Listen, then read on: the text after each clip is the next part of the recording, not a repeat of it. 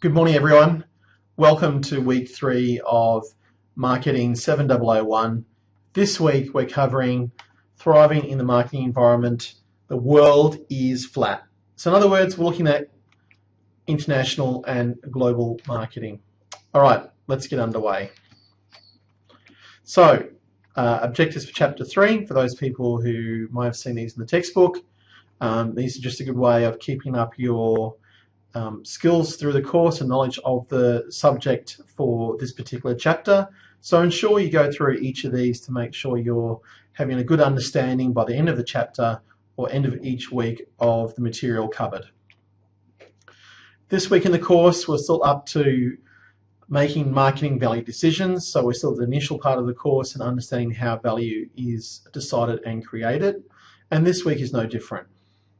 So let's get into it. We're looking at playing on a global stage. So what we're looking at here is how businesses and brands operate on an international or global stage. Foreign markets are very attractive to many firms, hence why a lot of people go global from day one. You can appeal to a wider segment as well initially, which means instead of relying upon a small niche segment in your home country, going global means you can appeal to a far, far wider segment and profile of potential customers. Not to mention, of course, the world's becoming increasingly globalized nowadays. Just look at the global brands which have emerged in the tech era or the new tech era, like Facebook, Instagram, LinkedIn, Pinterest, and of course, things like Google, which have been global from day one. The competition in the global market comes from both local and foreign firms which operate there. But let's also understand that playing global can be tough. Going into a global market means understanding different cultures, customs, regulations, and laws which apply to marketing being done in all parts of the world. And it's also important to understand marketing is not as respected in all parts of the world as it might be here in Australia or other parts of the developed world. All right, so world trade itself. World trade, of course, is growing all the time. We may have had a recession or two, Eurozone crisis, but still we're seeing across the world economic growth. It's important to understand though, of course, it's a global stage, which means in some countries we might be seeing recessions or negativity, and in others we might be seeing quite advanced and rapid growth. So for example, in India this year, with their inflation running around 8 or 9%, wages growth in India are predicted to be around 10% this year, so people can keep up with inflation. So it's interesting to note how the world can be different from each other. Going into a foreign market, you can follow a decision model, and what it really does is prepare you for entering a foreign market by understanding the environment, the conditions, and what other factors may influence you. So we're looking at both micro and macro environmental factors, in other words, both those internal to the firm and external to the firm. So internal are the things we can control, and external are the things we can't control. So looking around at each of those, it's important to understand here figure 3.1 and how it relates to a decision model to protect the brand from any harm or negativity from entering a foreign market, or even if they should. Born global is an interesting concept we've had come across about firms which really from day one are born global. In other words, before they come into existence, they don't exist at all, but now when they do, from the very first day, they're on the world stage. There is a trap to this. For some companies it's an advantage, but trap means that for some companies they really can't supply a product into Asia, for example, from perhaps Australia, because of the freight costs, the logistics, or even the access to the markets in places like that. It might be easier for a company, in fact, to let customers come to them and let them make their own way of buying a product. But most companies which are born global nowadays, we see them on the internet or perhaps an app or digital or mobile company of some description. But these companies are born global from day one. So they really entered the world stage with a world market in mind, appealing to a huge range of people and segments. This leads then to the question about how we can build a sustainable competitive advantage in a global market. Companies can do this, of course, by outperforming the competition across the sector, but it's a lot more difficult in global marketing because of the number of players involved. We've seen it though in some cases. For example, Emirates as an airline is the world's leading airline, seen through its service delivery and also the number of routes and destinations it has available to it as its way of accessing wide markets across the world. But at the same time, it took them a lot of money and resources to get that to happen, and it's debatable whether anyone else could copy and paste that approach. Google, of course, the dominant search engine in the world. Many other significant companies and firms like Microsoft's Bing have tried to come up against Google on a world stage and failed. So being competitive on a world stage is very, very tough. It is a winners take all market and environment. Locally, that means that if you're a local firm, you can perhaps look at becoming a niche operation or trying to just focus on satisfying people locally, even though those people may be looking at a global market. For example, in retail, Myer here in Australia have now got an online retail platform attracting significant interest and market share, even though they were very late coming into the marketplace with their website and shopping platform. But yet they've been very competitive against the other older technology platforms like eBay. So it's interesting to see that even local firms can be very competitive on the world stage, even if they come into the market quite late. But it does also highlight the importance of selecting the right products for the right markets. I mean, after all, it's marketing. You still need to meet the consumer's needs and wants and desires to be successful. Protected trade is sort of becoming a non-topic now. We're seeing less and less interest in this area because of free trade agreements being done across the world, particularly amongst OECD countries. That's a nice term in itself. So maybe you'll become familiar with it, or Google OECD. But we're seeing less and less of this as World Trade Organization seeks to clamp down on tariffs and protected trade arrangements in other countries. So out of that, I talked about the OECD. That's a way of talking about economic communities. So economic communities are groups of countries that band together to promote trade among themselves. So in doing so, they often set policies that may affect marketing strategies and tactics. And we've seen a few examples here on this slide. APEC, ASEAN, NAFTA, SAPTA are all examples of economic communities where countries have banded together to try and promote trade and economic growth amongst their region. APEC, of course, is the most noticeable of those ones on the screen, as is ASEAN, but APEC is really the big one because of the involvement of the United States, the world's largest market. So what we're looking at too with these economic communities is who makes up the membership and how much power and influence they have on trade in that area. So it's important to look at these sort of trade agreements to see how relevant they are nowadays and what sort of relevance they have to you as a brand if you're marketing. Looking at the global marketing environment itself in terms of environmental scanning, what we need to undertake, of course, is a pest or SWOT analysis to understand exactly what factors may be influencing our brand on a global stage. Of course, things like the Eurozone crisis and the GFC are very, very hard to predict, and it makes it very difficult for organisations or firms to plan for these sort of environmental happenings when they occur. So the best thing you can do is undertake a broad-based environmental factor analysis, but also have scenario plans just in case the worst does come true and perhaps something terrible does happen. So it's very, very important to keep a scan happening at all times of the global marketing environment, and in particular, of course, a scan of the markets in which your products operate in across the world. One of the things you might want to do as part of that is look at indicators of economic health as a sign of whether a country might be slipping into recession or not, and therefore whether you need to change marketing strategy. So there's things to look at like GDP or GNP and all these different factors when it comes to assessing economic health in a region. So you want to make sure that you're analysing the broad-based factors again with economic considerations, because you want to pick up on trends before they become noticeable by your competitors or by the market, so you can plan for them in your marketing planning and strategy.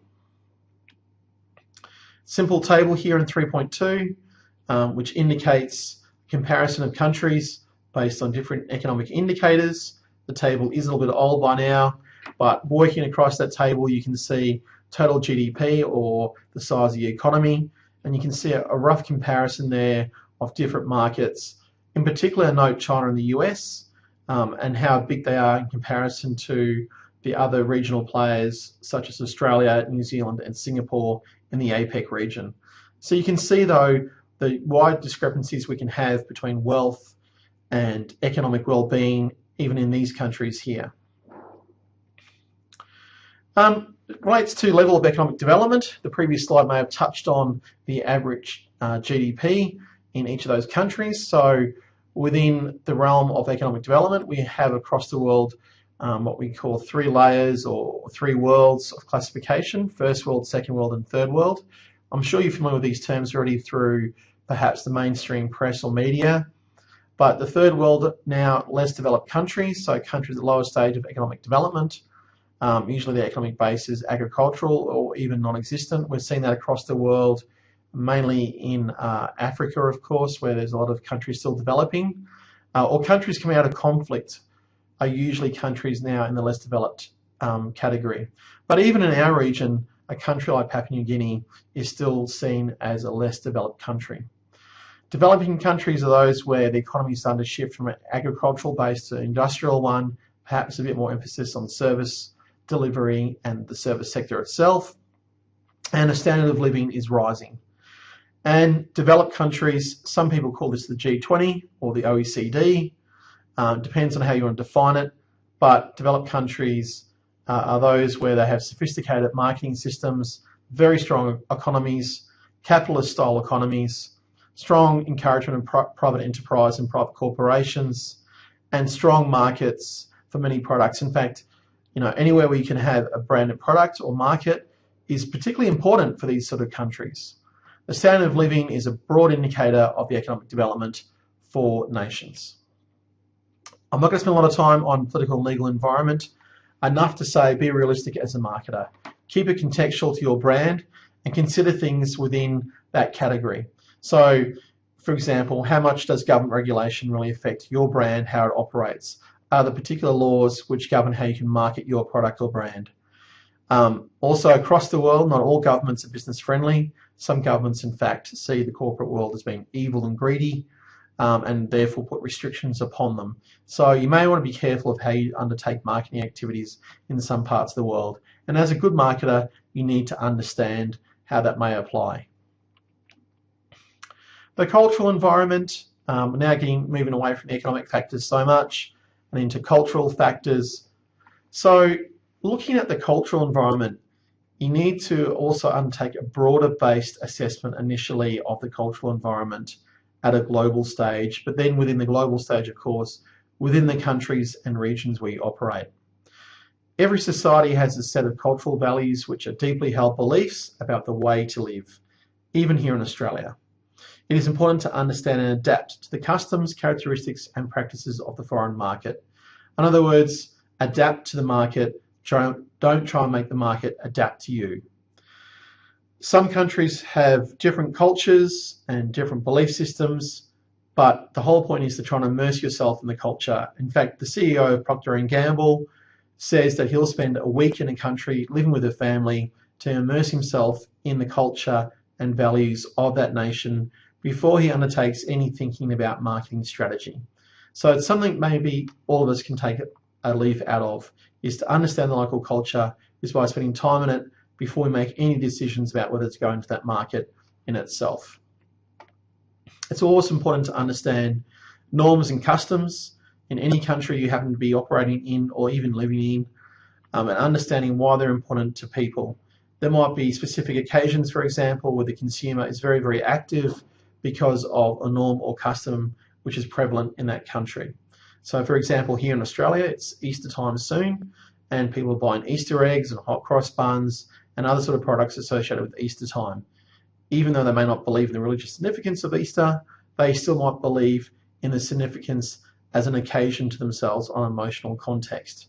Of course, after Easter in Australia, we also have Anzac Day, and Anzac Day is a very important day in the Australian culture, seen by having a public holiday to commemorate that day as part of Australian norms and customs. And here's a nice diagram, or should I say an ad from HSBC Bank, in itself a global brand now, playing on the world stage. It went from local to being global.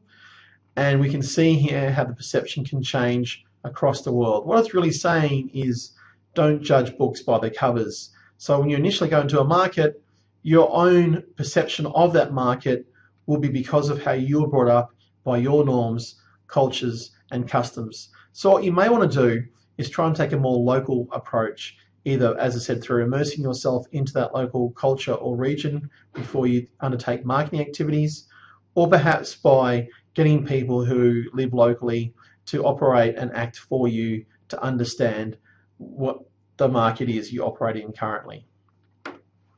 That leads on to ethnocentrism. So it's a tendency to prefer products or people of one's own culture. So you can say it's patriotic in a way as well. What it means, it makes it very difficult for some products to compete against local products because of the way the marketing in that particular product category could favour local products over international or imported products. We might see that in different categories or different product ranges, but for some companies they find it very difficult to market themselves against these companies which are very strong locally. You can use any number of examples in any number of product categories where that happens. Here in Australia, because we are such a young nation, our brands are still developing. You might look at a brand like Qantas as being one which really plays on the fact that it is an Australian brand and very proud of it. In fact, it's built an entire marketing campaign around that whole patriotic feel and image through I Still Call Australia Home marketing communications campaign. The book also talks about Dick Smith Foods as another company locally which really plays on the Made in Australia factor as a way of getting consumers to buy products. Okay, market entry strategies now. Let's talk about some of the ideas and strategies behind entering a foreign market. So you can be domestic based. You can see on the bottom here the level of commitment, risk and control is rated. So we've got from low, of course, to very high. So low domestically means you stay domestically based and around a strategy, and you may have people come to you from international markets who'd like to buy your products, but really in essence you're not undertaking a global marketing or international marketing strategy as such. And then you can transition all the way up to exporting, to contractual agreements such as through licensing and franchising, which is the most popular way at a retail or consumer level to access foreign markets, into strategic alliances, and finally direct investment, where you have the highest level of commitment, risk and control over your brand. Now, the book then goes into discussing a bit more detail on each of these here. I'm not going to spend a lot of time talking about market entry strategies. You have exporting here, you've got contractual agreements, licensing and franchising. But you can spend a bit of time yourself reading these, but the main thing to note, of course, is go back to the previous slide here on market entry strategies and read that in context of the bottom aspect of level of commitment, risk and control. Okay, this is another slide which explains the higher levels of risk and control available through strategic alliances and direct investment. So it's definition time. Pointless to read out the definition. If you have the textbook in front of you, turn to the page. Hopefully you can go through it yourself and understand some examples of strategic alliances and direct investment. Okay, product level decisions. So if you're instead going to just do a product level entry strategy, so based around one product only, and some companies do this because it's less risk involved, obviously. Some of the basic questions you need to consider is essentially around standard versus global. To what extent are you going to really adapt your marketing? Are you going to change your marketing mix more to try and seem like a local product even though you're a global one? How do you really have to attack pricing or consider pricing?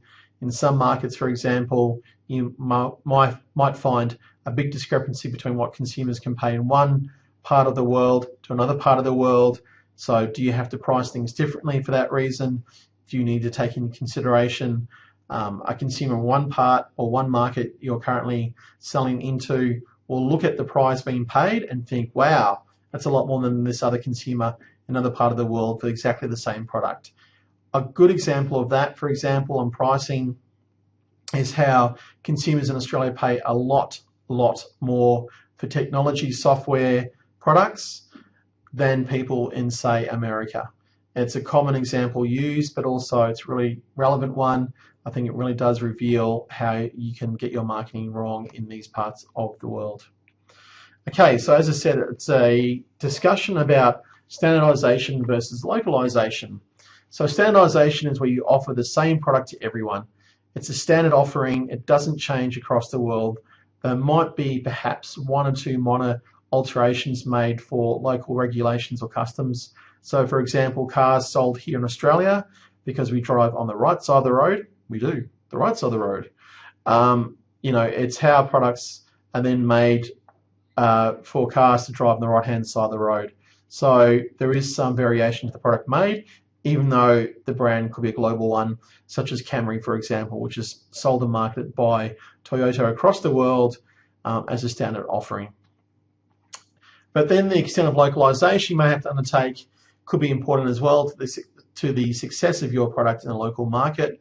So how much do you modify the product itself? Do you actually make it into an entirely different product, a different brand name, so you can appeal to the localization effect? So you can appeal to that local market with a global product. And there's different examples of that as well. For example, McDonald's could vary their burgers across the world to account for local norms and customs.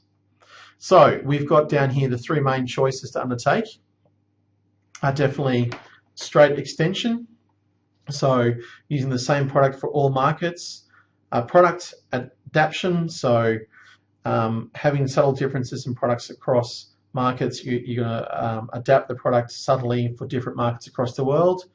And then of course a product invention strategy, which is making a completely new product for that part of the world based on their needs, wants and desires.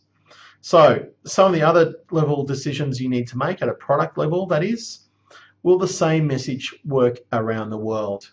And if so, it can allow for promotional efficiency. So in other words, you can use the one branding strategy across the world. HSBC are a good example of that, where they use the one promotional strategy across the world, or LG, where they have their Life's Good promotional slogan used all around the world.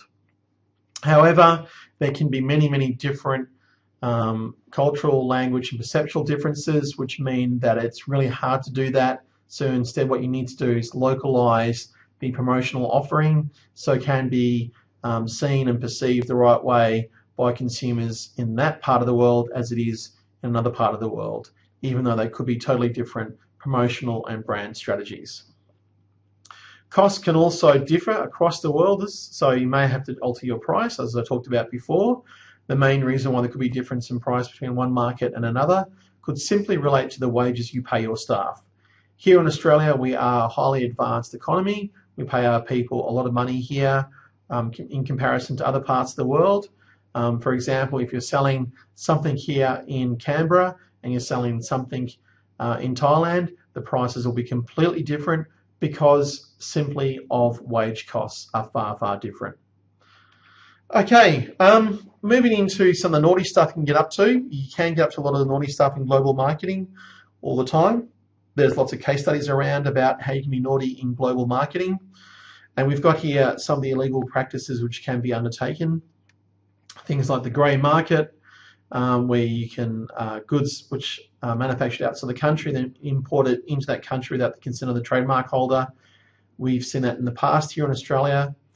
And dumping, where you actually take one product from your home market and anything which is excess or past its use-by date, for example, you dump into a foreign market where there's less laws to stop you from doing that, and therefore you can actually sink that local market and exploit that local market just through sheer volume of products being put into that local market. Right, well that brings us to the very end hopefully you have understood a bit more about international marketing from today's lecture. So some of the things you need to understand about trade flows, how companies define the scope of their markets, how they develop a competitive advantage in global marketing. It's also important for you to understand and explain how countries seek to protect local industries by establishing roadblocks to foreign companies and by bonding together into economic communities such as the EU or European Union. You need to understand how economic, political, legal and cultural issues have influenced global marketing strategies and outcomes. So consider things of recent times like the GFC and Eurozone crisis. Explain the strategies a company can use to enter global markets. That's also very important to take away from today, particularly in a practical context. So something I'll be looking for throughout the course is your ability to think practically as if you were a marketer working in practice. So to understand how that happens with strategies entering a global market, very important. And finally, point to take away from today is understanding the arguments for standardization versus localization of marketing strategies in global markets and how you can adjust elements of the marketing mix to really meet your marketing objectives in different markets and countries. Okay, well, that's it for this particular chapter. I hope you've enjoyed it, and I'll talk to you again shortly. From the ANU recording studio here in the heart of downtown sunny Canberra, this is Andrew Hughes saying goodbye for now.